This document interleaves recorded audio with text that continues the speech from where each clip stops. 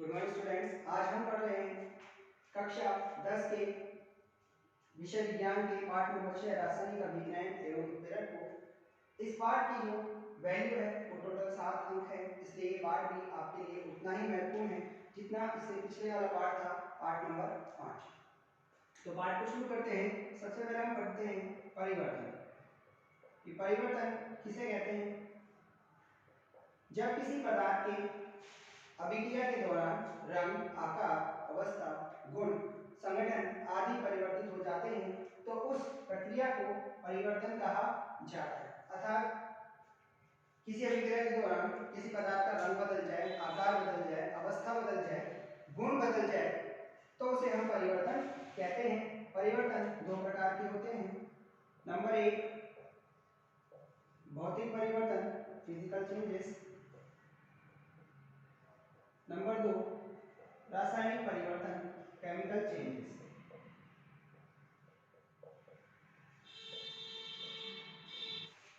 पहले हम पढ़ते हैं भौतिक परिवर्तन। भौतिक परिवर्तन क्या होते हैं? भौतिक परिवर्तन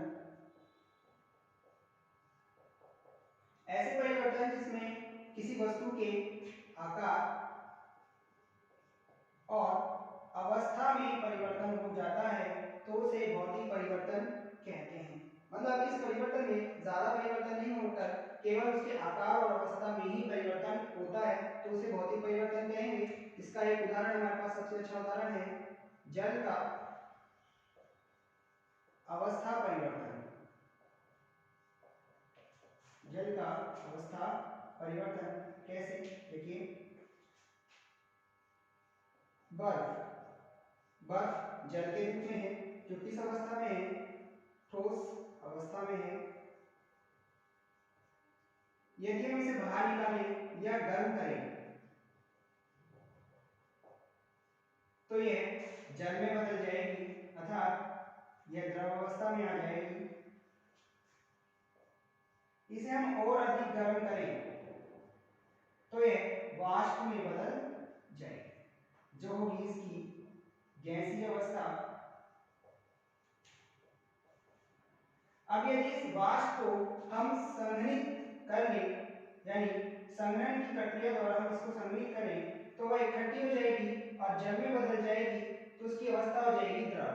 अगर इस द्रव अवस्था को हम जमा दें या ठंडा कर दें तो ठंडा करने पर यह पुनः बर्फ में बदल जाएगा, अर्थात इसको ठोस अवस्था में परिवर्तन हो जाएगा। तो यहाँ केवल बर्फ का आकार बदला, अवस्था बदली और केवल उसके भौतिक गुणों में ही परिवर्तन हुआ। दूसरा उदाहरण है कागज को फाड़ना। अगर हम कागज को फाड़कर उसके दो हिस्से कर दें तो केवल उसका आकार बदलेगा, लेकिन ज्यादा उसके गुणों में कोई परिवर्तन नहीं होगा। वो फाड़ने के बाद भी कागज ही रहेगा। तीसरा उदाहरण है हमारे पास लकड़ी के टुकड़े करना। अगर हम लकड़ी को काट काट के छोटे छोटे टुकड़ों में बांट दें तो भी हर एक टुकड़ा लकड़ी को ही निरूपित करेगा, अर्थात केवल उसकी आकार में परिवर्तन हुआ लेकिन वो रहेगा लकड़ी का टुकड़ा ही। भौतिक परिवर्तन के गुण। नंबर 1 ये परिवर्तन अस्थायी होते हैं, अर्थात अस्थायी का मतलब होता है कि ये अपनी अवस्था को पुनः बदल सकते हैं। नंबर 2 उत्क्रमणीय होते हैं, अर्थात यह जो परिवर्तन होते हैं वो दोनों दिशाओं में होते हैं। पदार्थ अपनी मूल अवस्था को पुनः प्राप्त कर लेता है। नंबर 3 इस अभिक्रिया में कोई भी नया पदार्थ नहीं बनता है, अर्थात जो पदार्थ था वही रहेगा, बस उसकी अवस्था बदल जाएगी, नया पदार्थ का निर्माण नहीं होगा। अर्थात हमने बर्फ को गर्म करा तो जल मिला, जल को गर्म किया तो हमें वाष्प मिली, वाष्प को ठंडा करने पर पुनः जल मिल गया और जल को ठंडा करने पर हमें पुनः बर्फ मिल गई। इसमें कोई भी नया पदार्थ नहीं बना, केवल अवस्था और आकार ही बदला था। क्योंकि बर्फ का अगर हम सूत्र कहेंगे तो भी H2O होगा, जल का कहेंगे द्रव अवस्था में तो भी H2O होगा, और गैस अवस्था में हम जल का सूत्र बोलेंगे तो तो भी H2O ही होगा, अर्थात इस परिवर्तन में कोई भी नया पदार्थ प्राप्त नहीं होगा। दूसरा परिवर्तन है रासायनिक परिवर्तन।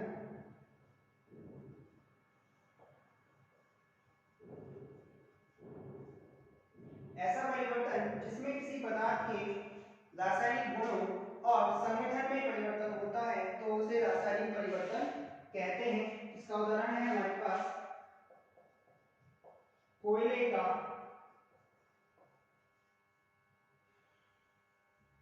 दहन। कोयला जिसे हम लिखते हैं सी से, C+O2।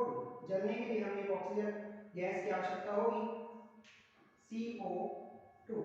यहाँ एक नया पदार्थ बना जिसका नाम है CO2, कार्बन डाइऑक्साइड।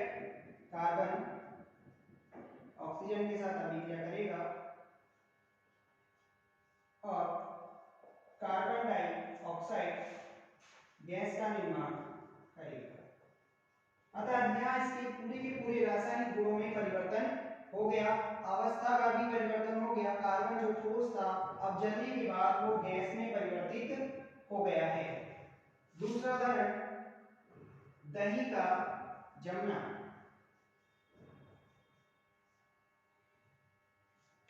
दही का जमना था दूध से हम अगर दही बना लेते हैं तो दही से वापस हम दूध को नहीं प्राप्त कर सकते, अर्थात इसके रासायनिक गुणों में परिवर्तन हो गया।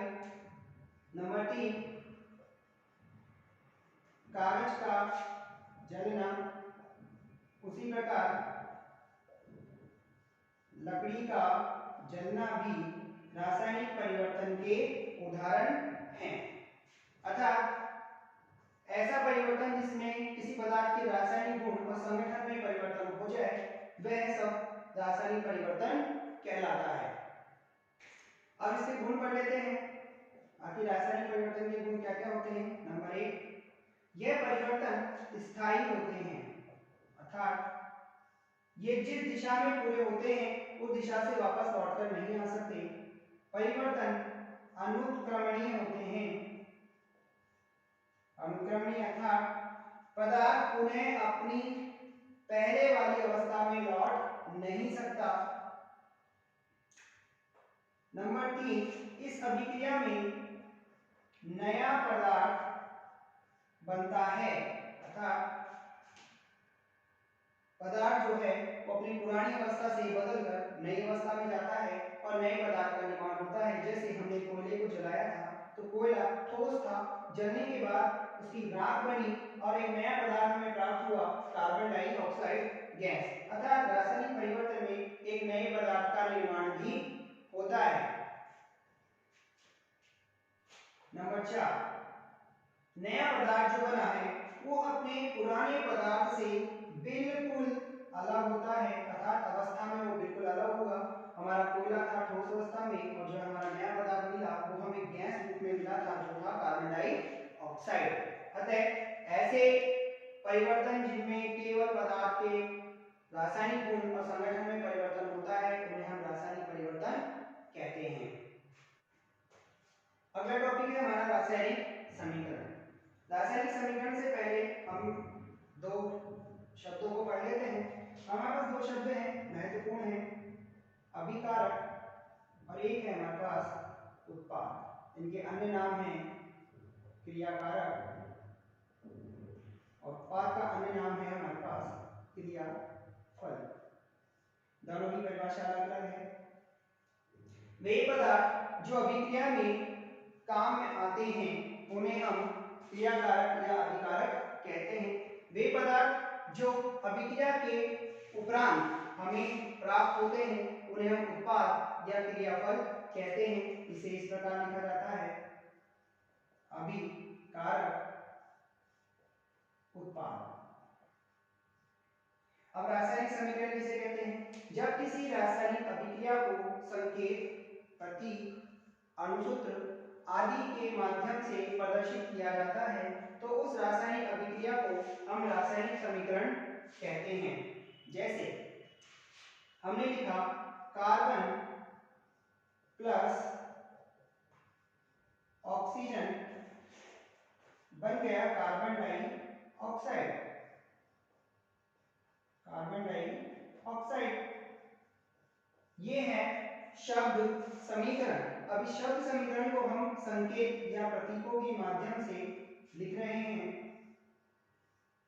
CO2, C कार्बन का प्रतीक, ऑक्सीजन का प्रतीक O2, कार्बन डाइऑक्साइड का प्रतीक CO2। अब हम इनकी अवस्था लिख देते हैं। कार्बन ठोस अवस्था में होता है, ऑक्सीजन गैस अवस्था में होती है और कार्बन डाइऑक्साइड भी गैस अवस्था में होती है। अतः किसी भी रासायनिक अभिक्रिया को संकेत, प्रतीक, अवस्था, उनके आदि के द्वारा प्रदर्शित करना ही रासायनिक समीकरण कहलाता है। अवस्थाएं कौन कौन सी हैं? नॉर्मली जो हमारी किताब में अवस्थाएं दी गई हैं वो 4 दी गई हैं। नंबर 1 है ठोस। यदि कोई पदार्थ ठोस अवस्था में है तो उसके लिए हम लिखते हैं सॉलिड्स, जिसे निरूपित किया जाता है स्मॉल s से। नंबर 2, अगर कोई पदार्थ द्रव अवस्था में है अर्थात वो लिक्विड है तो उसे हम स्मॉल l से प्रदर्शित करते हैं। नंबर 3, अगर कोई पदार्थ गैसीय अवस्था में है, गैस, तो हम उसे लिखते हैं स्मॉल g से। और यदि कोई पदार्थ जल में घुला हुआ है अर्थात जलीय विलयन है, तो हम उसे लिखते हैं एक्वस या एक्वेटिक, जिसे लिखा जाता है AQ। अतः इन चारों अवस्थाओं का हम हमारे समीकरण में उपयोग करेंगे। अगर कोई धातु है, अधातु है, अगर वो ठोस है तो सॉलिड है। द्रव केवल हमारे पास एक है, जल जहां भी हम लिखेंगे वहां हम लिक्विड L लगाएंगे। गैस के लिए हम G का उपयोग करेंगे। और यदि किसी पदार्थ को हमने जल में घोला है और उसका जलीय विलयन बनाया है तो उसके साथ हम लिखेंगे AQ। नेक्स्ट टॉपिक है हमारा रासायनिक समीकरण को लिखने के चरण। नंबर 1, जब भी हम रासायनिक समीकरण लिखते हैं तो अभिकारक, नंबर 1 है हमारा कि अभिकारक और उत्पाद के मध्य एक तीर का निशान लगाया जाता है अर्थात अभिक्रिया किस दिशा में संपन्न हो रही है वहां तक हम एक तीर का निशान लगाते हैं। नंबर 2, अभिकारक को सदैव बाईं तरफ लिखा जाता है और उत्पाद को सदैव दाईं ओर लिखा जाता है। नंबर 3, यदि अभिकारक रासायनिक अभिक्रिया में अभिकारक 2 या 2 से अधिक हैं तो दोनों के बीच में हम प्लस या धन का चिन्ह लगाकर अभिक्रिया को संपन्न कराते हैं, जैसे C+O2CO2। यहाँ हमने 2 अभिकारक लिए हैं, कार्बन और ऑक्सीजन, तो दोनों के मध्य हमने प्लस चिन्ह का उपयोग किया है। नंबर 4, रासायनिक अभिक्रिया में क्योंकि द्रव्यमान संरक्षित रहता है, अभिकारक और उत्पाद के द्रव्यमान हमेशा बराबर रहते हैं, तो यदि अभिकारक और उत्पादों की संख्या में भिन्नता है तो हम उनके अणुओं में को घटा बढ़ाकर दोनों तरफ संतुलित कर देते हैं। यानी अभिकारक भी उतनी ही मात्रा में होने चाहिए जितने उत्पाद हैं और उत्पाद भी उतनी ही मात्रा में होना चाहिए जितना अभिकारक है। अतः समीकरण संतुलित होना चाहिए। संतुलित तभी होगा जब दोनों तरफ द्रव्यमान और अणुओं की संख्या बराबर होगी। नंबर 5, किसी भी रासायनिक समीकरण को संतुलित करते समय सबसे पहले हम यह देखते हैं कि उसके अंदर कौन कौन से तत्व उपस्थित हैं। यदि कार्बन है, हाइड्रोजन है, ऑक्सीजन है, नाइट्रोजन है और भी कुछ अन्य तत्व उपस्थित हैं तो सबसे पहले हम क्या करते हैं कि कार्बन को संतुलित करते हैं और बाकी तत्वों को हम छोड़ देते हैं। उसके बाद हम एक एक करके सबको संतुलित करते हैं। उदाहरण ले रहे हैं हम यहाँ पर C3H8+O2। अभी क्या कराई हमने CO2+H2O। इसमें 3 प्रकार के तत्व हैं, कार्बन, हाइड्रोजन और ऑक्सीजन। सबसे पहले चरण में हम क्या करेंगे, ऑक्सीजन और हाइड्रोजन को छोड़ देंगे और कार्बन को संतुलित करेंगे। तो सबसे पहले हम कार्बन को संतुलित कर रहे हैं CO2+H2। यहाँ हम देख रहे हैं कार्बन के 3 परमाणु उपस्थित हैं, यहाँ केवल कार्बन का एक ही परमाणु उपस्थित है। अतः संतुलित करने के लिए हम आगे 3 लगा देते हैं। नंबर 2 चरण, इसके बाद हम संतुलित करते हैं हाइड्रोजन को C3H8 plus O2 3CO2 plus H2। यहाँ हाइड्रोजन हमारे पास कुल 8 है, यहाँ पर है 2, तो 2 को 8 बनाने के लिए हम 4 से मल्टीप्लाई करते हैं, 4 दूनी 8। अब हमारे पास आखिरी तत्व बचा है हमारा oxygen C3H8 plus O2 3CO2 plus 4H2O। यहाँ देखिए ऑक्सीजन यहाँ पर है 2, यहाँ पर है 3 दूनी 6 और 4 एकम 4, 6 और 4 तो 10 है। तो यहाँ हम 2 को 10 बनाने के लिए 5 से मल्टीप्लाई करते हैं और यह समीकरण हो चुका है पूरा संतुलित। अतः किसी भी समीकरण को संतुलित करने के लिए सबसे पहले कार्बन को संतुलित करते हैं, उसके बाद हाइड्रोजन और ऑक्सीजन, अगर और कोई अन्य तत्व उपस्थित है तो फिर उसे अंत में हम संतुलित करते हैं। रासायनिक समीकरण को लिखने का अगला चरण है कि यदि समीकरण को हम बिना अवस्थाओं के लिखे छोड़ देते हैं तो हमारा समीकरण पूरा नहीं होता, तो हमें समीकरण में अवस्थाओं को भी लिखना होता है।